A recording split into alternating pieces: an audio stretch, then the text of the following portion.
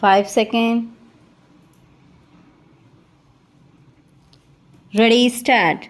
We often hear it said of a man that he had had a long life, of that his life had been cut short.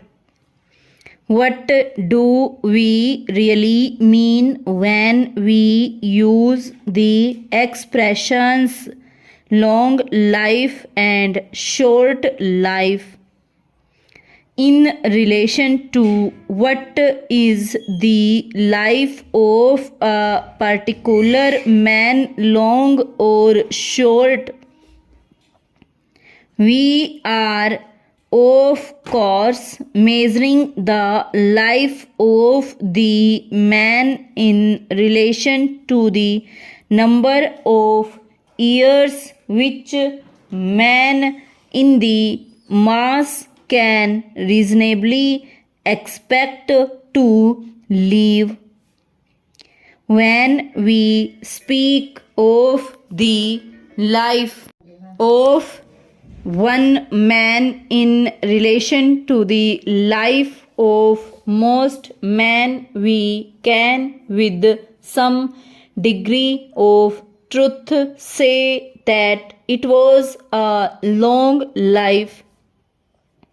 But can we use such an expression if we think of the life of one man in relation to the time during which man has lived on earth, and further, can we use such an expression regarding the life of man on earth if we think of it in relation to the time during which the earth itself has been in existence, and in relation to the time during which the earth is likely to continue in existence? The life of one man and the life of man as a whole are short beyond statement when considered in this way. Experts tell us that the different kinds of material found upon earth show beyond question that the earth has existed in a form more or less like its present form for at least 2 or 3,000 millions years. Stop. When we consider that we place events in history by using a measurement of time which finds expression in dates such as 1000 AD and 1500 AD, and that our present date is less than 2000 AD, we get some idea of how very short our own history is when considered in relation to the history of the earth upon which we live. The mind of man is small, and it is impossible for him to picture the passing of 2 or 3,000 million years. When we ask how long has man lived on earth, the experts give us widely differing answers. Their answers in fact differ from the statement that man has lived possibly for 1,000,000 years to the statement that he has lived for 300,000 years.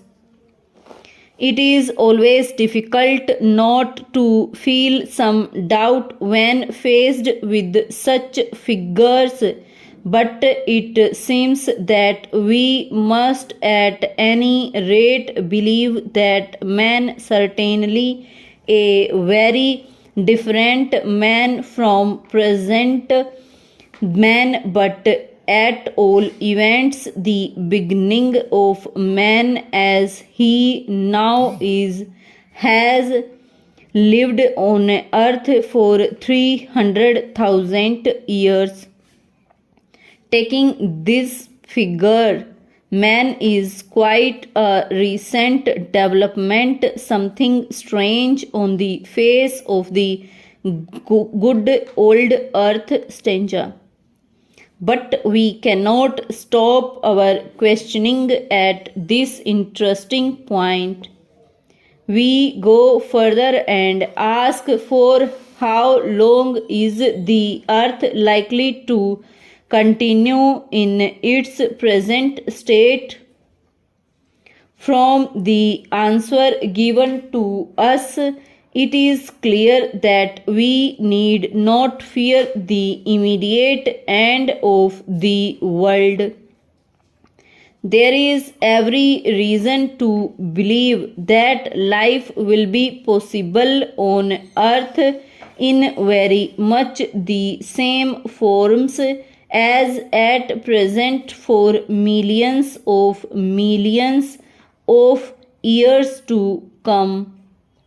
Man is but a baby just starting out in life. It is said that we take the possible life of the earth as just 1 million years, a low figure. Then man has at least a baby who came into the world a little over half an hour ago and who has before him a life of 75 years. Stranger, it is a wonderful thing to think that man has perhaps several million years in front of him in which to develop. He has already shown that he can do wonderful things, and we cannot picture the wonderful future which may be before him. Life day by day is wonderful. The developments of the future may be yet more wonderful. They almost certainly will be more wonderful, and we feel that our own lives are too short, and we wish that it were possible for us to see more than just a very little of that development before we too become part of the past, a past, however, which perhaps lives on. Stop.